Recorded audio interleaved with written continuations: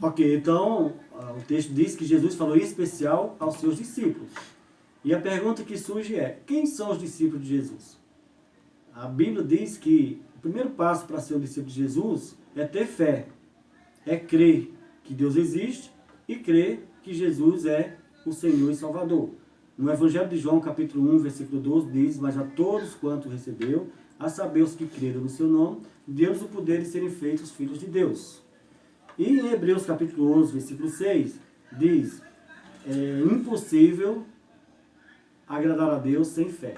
Ou seja, sem fé é impossível agradar a Deus. Porque é necessário que aqueles que desejam se aproximar de Deus acreditem que Deus existe. Então, esse é o primeiro passo para ser discípulo de Jesus. Ter fé em Deus e crer em Jesus como Senhor e Salvador da sua vida. E também não basta apenas crer, mas ouvir os seus ensinos, a sua palavra, e obedecer e guardar. Em João capítulo 8, versículo 31, diz o seguinte: Jesus disse aos judeus que creram nele: se vocês permanecerem na minha palavra ou no meu ensino, depende da versão, mas todas as versões estão no singular, ou seja, na minha palavra ou no meu ensino, verdadeiramente serão os meus discípulos. Por quê? Para permanecer na palavra de Deus, somente permanece na palavra de Deus quem a conhece. E a palavra de Deus é o quê? É a verdade que deve ser conhecida. No versículo 32 diz: conhecereis a verdade e a verdade vos libertará. Que verdade que liberta? A verdade da palavra de Deus. Essa verdade é a palavra e é Jesus. Em João capítulo 17, versículo 17, quando Jesus está orando pelos seus discípulos, ele diz: Pai, santifica-os na verdade. A tua palavra é a verdade. E em João 14, 6 diz, Jesus falando, diz: eu sou o caminho, a verdade e a vida. Ou seja, logo, a verdade que o homem precisa conhecer é a palavra de Deus, é Jesus Cristo. E para ser discípulo de Jesus, precisa permanecer nessa palavra. Não em alguns versículos, porque tem pessoas que escolhem alguns versículos da Bíblia para seguir, para obedecer. E outros deixam de lado. Mas o texto está dizendo: no meu ensino. Esse ensino, então, é a Bíblia de Gênesis e Apocalipse. Okay? Há pessoas que imaginam que, a gente tem ouvido falar por aí, né? Pessoas que às vezes nem acreditam em Deus, às vezes é ateu, a pessoa fala: é ateu, mas faz aquilo, obedece aquilo que Jesus ensinou, mas isso não vai adiantar. Né? Para ser discípulo de Jesus, tem que crer. É impossível alguém ser discípulo sem crer. Eu vou dar um exemplo bem rápido, que a Bíblia cita um homem chamado Cornélio, e era um homem bem, né, de vida, era um homem, um centurião, e aí que cuidava, né, e era chefe de 100 soldados romanos. Lá em Atos capítulo 10, versículo 1, diz que esse homem era um homem bom, era um homem temente a Deus, era um homem que dava esmola aos pobres, mas que ele faltava algo para ele se aproximar de Deus e para ele ser o discípulo de Jesus. E esse algo era o quê? Crer, conhecer Jesus e crer em Jesus. Aí lá, quem quiser pode ir lá, no capítulo 10 e 11 de Atos, que vai contar toda a história, o que foi necessário para esse homem, que era bom, que dava esmolas, que orava, mas ele, para se aproximar de Deus e para se tornar um discípulo de Jesus, foi necessário ele crer em Jesus e crer em Deus. Então, esse é o primeiro passo para alguém ser discípulo de Jesus. Bom, é crer em Jesus, né? Crer em Deus. Então, e assim sendo, crendo, aí Jesus vai ensinar aqui. O texto diz que acautelai-vos do fermento dos fariseus, que é a hipocrisia. Então, sendo discípulo de Jesus, deve se acautelar, ou seja, deve deixar toda hipocrisia. Por quê? Falando de medo, o medo, ele causa no homem a hipocrisia. Quando alguém está com medo, quer esconder alguma coisa, então ele termina se tornando um hipócrita. Ou seja, a hipocrisia é como se fosse um ator, né, do original, do grego, do latim, dá a ideia de aquele que representa algo que verdadeiramente não é. Então é um ator, aquele que apenas representa o que não é. E nós estamos vivendo dias assim, em que pessoas vivem na hipocrisia. Pessoas que, para agradar a um ou a outro, ou para fugir de certa situação, se tornam diz aquilo que não é. Né? Então, e no contexto aqui, Jesus está falando para os seus discípulos por causa que alguns tinham medo. Veja que o texto diz o seguinte, porque não há nada, versículo 2, nada há encoberto que não venha a ser revelado, e oculto que não venha a ser conhecido. Ou seja, alguém dizendo que era discípulo de Jesus, mas por causa da pressão, por causa da perseguição, né, dos romanos e dos líderes religiosos que perseguiam os discípulos de Jesus, alguns não tinham coragem de verdadeiramente dizer a verdade, que era discípulo de Jesus verdadeiramente, e se escondia, né? E dependendo da situação, ora, quando estava na frente de Jesus era discípulo, quando estava em determinada situação, dizia que não era discípulo de Jesus. Então ele vai dizer, acautelai-vos, né? Fugir disso, porque não há nada encoberto, ou seja, não adianta esconder algo, né? Para poder fugir de uma situação. Então nesse tempo de medo, não vamos ser hipócritas, vamos ver a realidade, conhecer a realidade, né? E seguir em frente. Aí o texto continua dizendo, digo-vos, pois, amigos meus, versículo 4, não tem mais o que mata o corpo. Ou seja, no caso lá dos discípulos, daquelas pessoas que tinham medo de dizer que era de Jesus, que era discípulo, que acreditava em Jesus, porque você perseguiriam ser mortos pelo o Império Romano. E hoje, quantas pessoas também que estão com medo, nós, aqui no Brasil e no mundo, quantas pessoas que estão com medo de serem mortos por esse vírus, por essa enfermidade? E aí ele diz, não tem mais aquilo que pode matar o corpo. O vírus tem as suas consequências, é perigoso, mata, né? E a gente vê aí todos os dias vários especialistas falando sobre isso, da contaminação e do que causa a morte, né? Não o vírus em si, mas quando tem pessoas que têm outros tipos de doença, causa morte. E estamos vendo pessoas apavoradas com medo disso. Mas a palavra diz que não devemos ter medo desse vírus, não devemos ter medo desse vírus que está causando a morte. Não tem mais, né? E devemos temer a quem? Aquele que pode não só matar o corpo, porque o vírus vai matar o corpo. Todos nós morreremos de alguma forma, ou com vírus ou sem vírus, de alguma forma vamos morrer. Então nesse tempo de medo, nós devemos não ter medo do que pode nos causar a morte, mas sim ter temor àquele que, além da morte, ele diz assim, eu porém vos mostrarei a quem deveis temer. Temei aquele que depois de matar, tem poder para lançar no inferno. Sim, digo-vos, a esse deveis temer. Ou seja, temer a quem? A Deus, que é o autor da vida. E esse texto nos mostra a possibilidade, sim, da existência da alma, que é imortal. E que após essa morte física, esse corpo, nós vamos ter uma outra vida. E essa outra vida pode ser diante de Deus ou diante do inferno. Essa é a verdade que o texto está dizendo. Então devemos temer aquele que pode lançar a alma no inferno. E quem é esse? É o Deus eterno. Deus nos ama e Deus ama a todos e não deseja que ninguém vá para o inferno. Que ninguém após a morte, a sua alma vá sofrer. Mas ele está dizendo o quê? Para os seus discípulos. E os discípulos são aqueles que creem. E creem na verdade. E a verdade é o quê? A palavra. E a palavra de Deus diz o quê? Que no dia do juízo, quem vai julgar as pessoas não é o próprio Deus, mas é a sua palavra, que ele já deixou. Que quem crê não será condenado, não passará pelo juiz, né? Será salvo. Então, quem crê em Jesus não vai passar, não será lançado no lago, né? Nesse inferno. Então, por isso que a alerta de Jesus é isso, é que não devemos temer a esse vírus, né? Eu tenho visto uma mensagem aí, bem interessante, nas redes sociais, de tantos que tem passado, eu tenho visto uma que diz assim, se nós tivéssemos medo do pecado, da condenação do pecado, igual temos do vírus, o inferno iria falir. E é bem interessante essa mensagem, né? Porque todo mundo com medo do vírus, com medo dessa enfermidade, com medo dessa pandemia. E muita gente não se atenta que nós não devemos ter medo, porque ele pode matar o corpo, mas a nossa alma continua. E aí nós devemos temer a quem? Aquele que pode destruir a alma, né? Jogar a alma no inferno. E quem é que joga? A incredulidade nossa. Porque a Bíblia diz que aquele que crê tem a vida eterna, o que não crê já está condenado. Nesse tempo de medo, não vamos ter medo do vírus, vamos nos atentarmos para Deus. E ter temor a Deus. Esse temor é reverência, é respeito, né?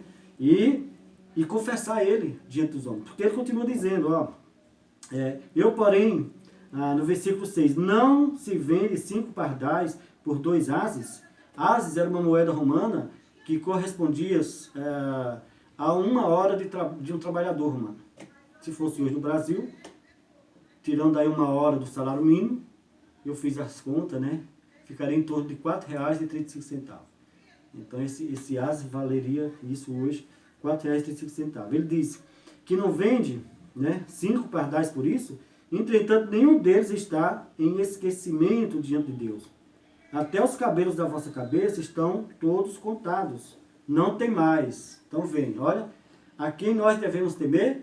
A Deus. E esse temor não é medo, assombro, susto, né? É pânico, mas é amor, reverência, respeito, né? E obediência à sua palavra. Porque esse que assim teme a esse Deus, não vai ter medo do vírus, não vai ter medo da morte, porque nada poderá nos separar desse amor de Deus. Então, nesse tempo de medo, não se apavore.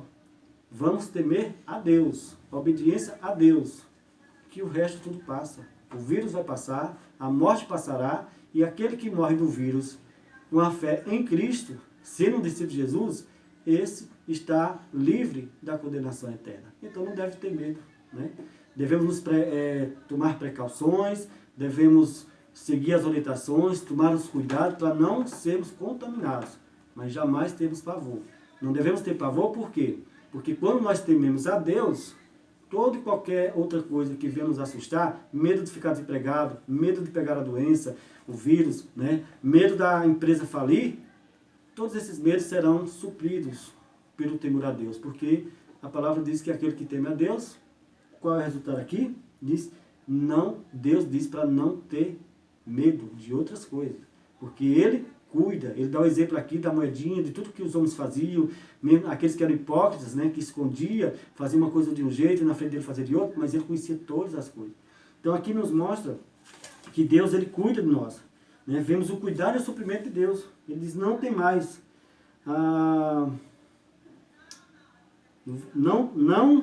não tem mais, bem mais valeis do que muitos pardais. E ele diz também, até os cabelos da vossa cabeça estão todos contados. Então a palavra é o seguinte, não devemos nos apavorar, não devemos ficarmos em pânico, mas devemos temer a Deus, sabendo que Ele cuida de nós, Ele sabe todas as coisas. Não sabemos de como surgiu esse vírus, até quando, qual que é a potência desse vírus, não sabemos o que vai acontecer com a economia, com o emprego, nada disso nós sabemos.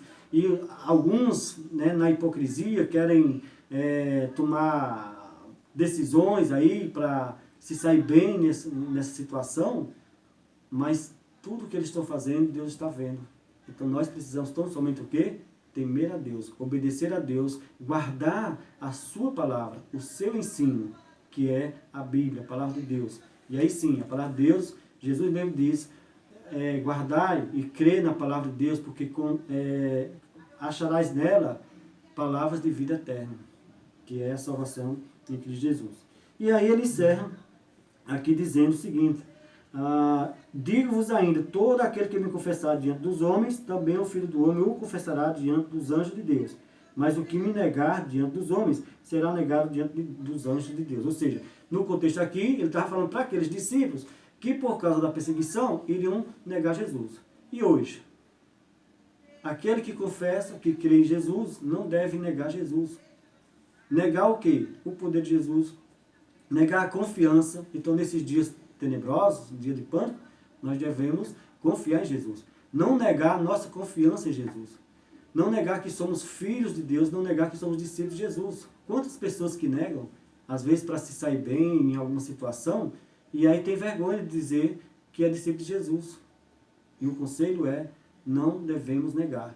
Porque quem negar ele diante dos homens, ou seja, negar a fé, negar o poder de Jesus, então colocar toda a confiança nele, esse será negado também diante de Deus. E os que confessar diante dos homens, esse vai confessar. Ou seja, para concluir, né, e resumir tudo, não devemos temer, ficar em pânico, tomar cuidado sim, ter as cautelas sim, tomar a higienização, né, para evitar a contaminação sim, mas pânico, pavor, não devemos ter. Porque se somos discípulos de Jesus, Ele está cuidando de nós, Ele conhece todas as coisas, e não há nada que vai acontecer conosco que Ele não esteja sabendo.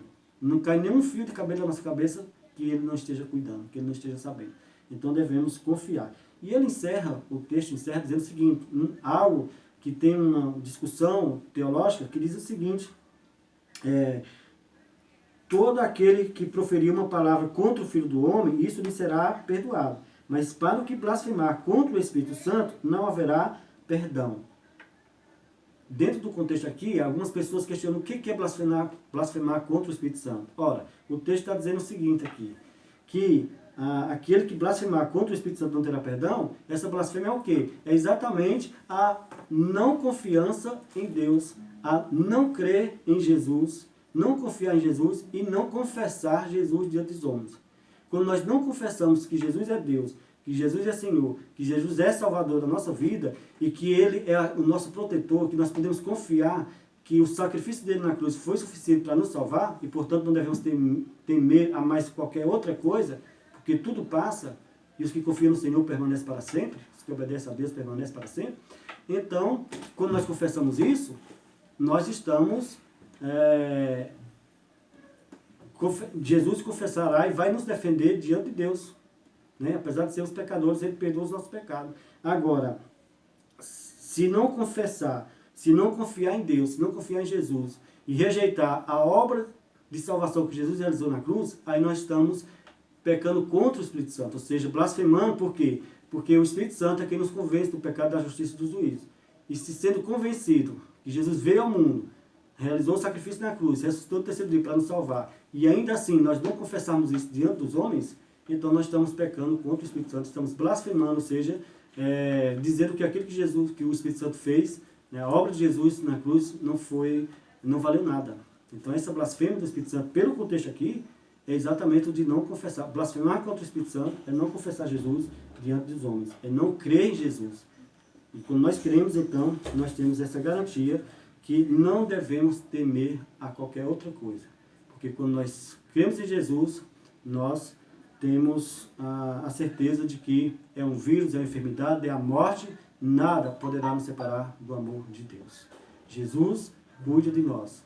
Ele garante, né, que está cuidando e que tudo aquilo que nós necessitamos, Ele vai suprir. Ele vai dar a vitória.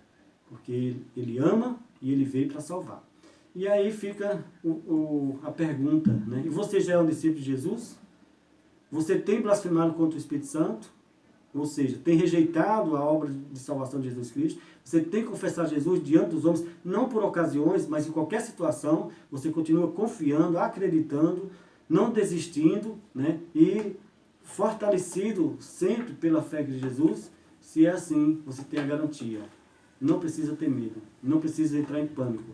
Vamos tomar cuidado, vamos tomar as precauções, vamos seguir todas as orientações necessárias para que não se expanda, né? Não avance o vírus e essa pandemia. Mas tendo a certeza de crer em Jesus Cristo, confiando em Jesus Cristo, Ele cuida de nós, Ele supre as nossas necessidades e nós temos a garantia de vida eterna. Temendo a Ele, nós não devemos temer a qualquer outra coisa. A alerta é, vamos temer a Jesus, ou seja, a obediência a Jesus, a sua palavra, e assim nós temos a garantia de passar qualquer situação, qualquer crise, tranquilo, porque Ele está conosco, Ele está cuidando de nós. Não tem mais.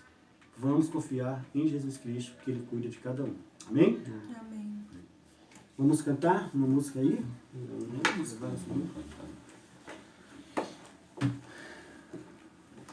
Consegue entrar, né? Deu pra falar? Não. Ninguém sabe entrar? Tá, vai. Vai, dá a entrada.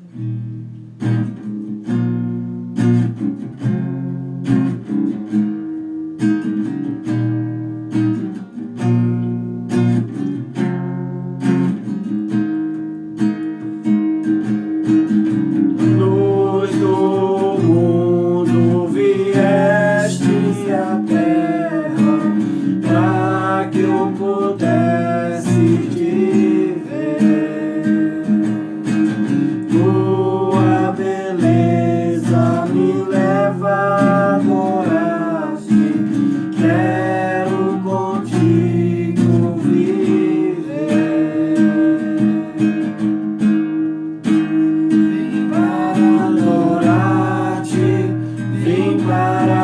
prostrar-me, vim para dizer que és meu Deus, totalmente amável, totalmente digno, tão maravilhoso para mim.